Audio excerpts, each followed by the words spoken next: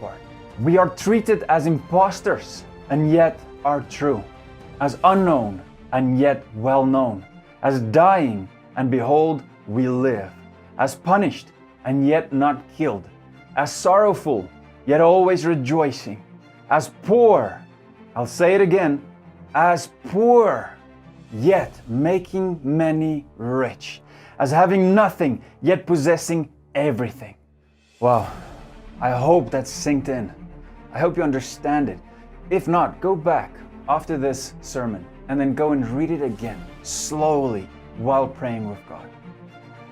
You know, there are a lot of people who find God because they hit rock bottom, when they don't have money to rely on.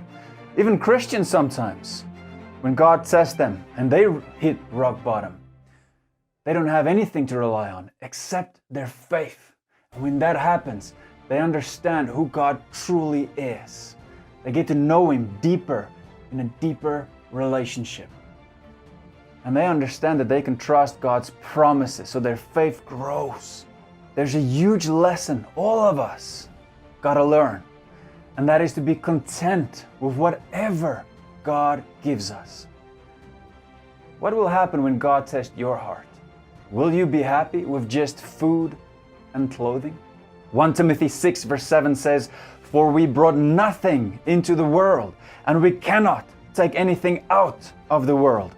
But if we have food and clothing, with these we will be content." You know, it is better to live in poverty in this temporary world, but know Christ, to have eternal life, than to be rich in this world, to live in your wealth, but then lose your soul at the end. Mark 8 verse 36 says, "For what does it profit a man to gain the whole world and forfeit his soul?" And James 2 verse 5 says, "Listen, my beloved brothers, has not God chosen those who are poor in the world to be rich in faith and heirs of the kingdom which He has promised to those who love Him?" Now, with that said, wealth, being rich, can also be a blessing if it comes from God. Proverbs 10 verse 2 says, "Treasures gained by wickedness do not profit, but righteousness delivers from death." And verse 22 then says, "The blessing of the Lord makes rich, and He adds no sorrow with it."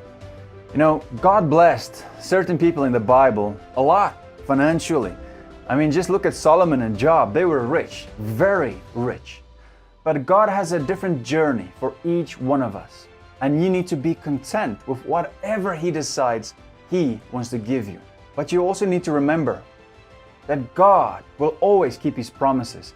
And His word says that what you sow, you will reap. So if you work hard, God is righteous and you will pluck the fruit of your labor. The Psalm 128 verse 2 says, "You shall eat the fruit of the labor of your hands. You shall be blessed, and it shall be well with you." And also remember this, God expects you to use what He gave you for His glory. You've got a responsibility, and you need to use it rightly. And then He might even bless you more. But if you don't, He might even take what He gave you and give it to someone else. Matthew 25 verse 14 to 29 says, "For it will be like a man going on a journey, who called his servants and entrusted to them his property. To one he gave 5 talents, to another 2, to another 1, to each according to his ability. Then he went away. He who had received the 5 talents went at once and traded with them, and he made 5 talents more. So also he who had the 2 talents made 2 talents more. But he who had received the 1 talent went and dug in the ground and hid his master's money. Now, after a long time, the master of those servants came and settled accounts with them.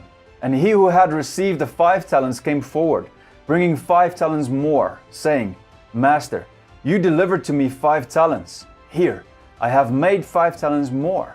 His master said to him, 'Well done, good and faithful servant. You have been faithful over a little. I will set you over much. Enter into the joy of your master.' And he also who had the 2 talents came forward, saying, Master, you delivered to me 2 talents. Here, I have made 2 talents more. His master said to him, Well done, good and faithful servant. You have been faithful over a little. I will set you over much. Enter into the joy of your master. He also who had received the 1 talent came forward, saying, Master, I knew you to be a hard man, reaping where you did not sow, and gathering where you scattered no seed. So I was afraid, and went and hid your talent in the ground. Here, you have what is yours. But his master answered him, You wicked and slothful servant. You knew that I reap where I have not sown, and gather where I scattered no seed.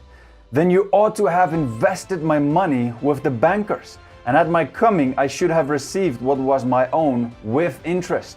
So take the talent from him, and give it to him who has the 10 talents. For to everyone who has will more be given, and he will have an abundance. But from the one who has not, even what he has will be taken away.